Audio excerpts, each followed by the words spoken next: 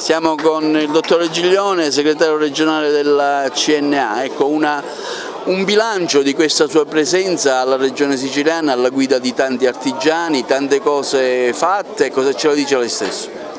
Una presenza importante di cui mi onoro e sono veramente contento di rappresentare una platea di quasi 20.000 imprese, rappresentiamo in Sicilia e abbiamo anche la responsabilità di rappresentare la regione più importante del Mezzogiorno, nonché la terza in Italia, e quindi una responsabilità più importante da poter adempiere nel nostro territorio. Le cose fatte sono tante, prima fra tutti che stiamo lottando è la questione sul credito agevolato, e mi riferisco alla nuova costituzione della fusione tra CRIAS e IRCAC, un contenitore che è il nuovo contenitore IRCAC, ci auguriamo che diventa un contenitore pieno, attualmente vuoto,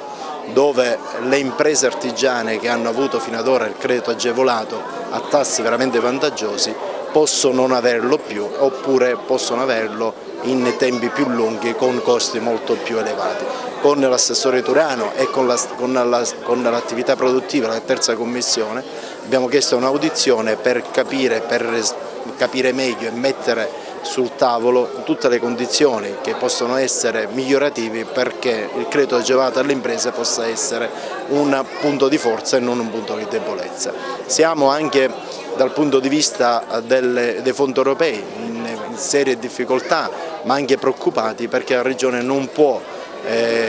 completare entro il 31/12 il 5% dell'impegno di spesa, che è pari a 760 milioni di euro, e che ancora non esistono i decreti, quindi significa che le imprese ancora non sono pronte neanche a fare la spesa e quindi non possono neanche rendicontare. Quindi vuol dire che non spendendo i soldi le somme che non verranno spese ritorneranno di nuovo alla Comunità Europea. Quindi stiamo aprendo dei tavoli di discussione per poter capire quali sono le intenzioni della Regione e come poter affrontare un problema così importante dove ci sono i soldi ma non ci sono i progetti. Un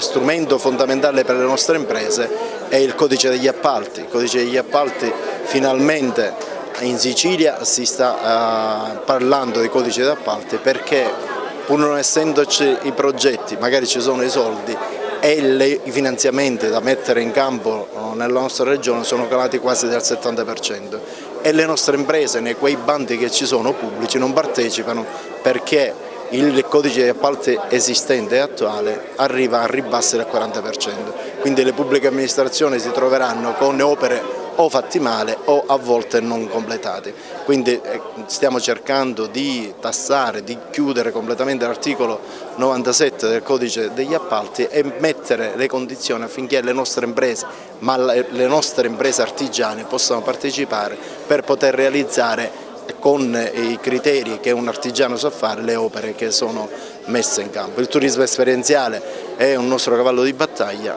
stiamo avendo ottimi risultati a livello nazionale. Airbnb, che è un nostro partner, ha presentato il primo bollettino delle imprese che si sono iscritte nel portale per le esperienze. Non parliamo di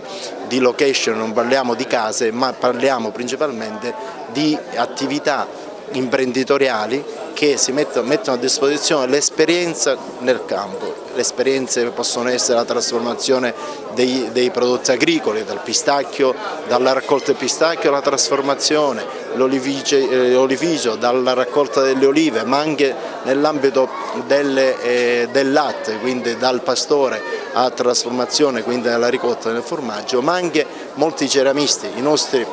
imprenditori, grazie a questo catalogo, hanno la possibilità di essere visitati da 400 milioni di visitatori nel mondo.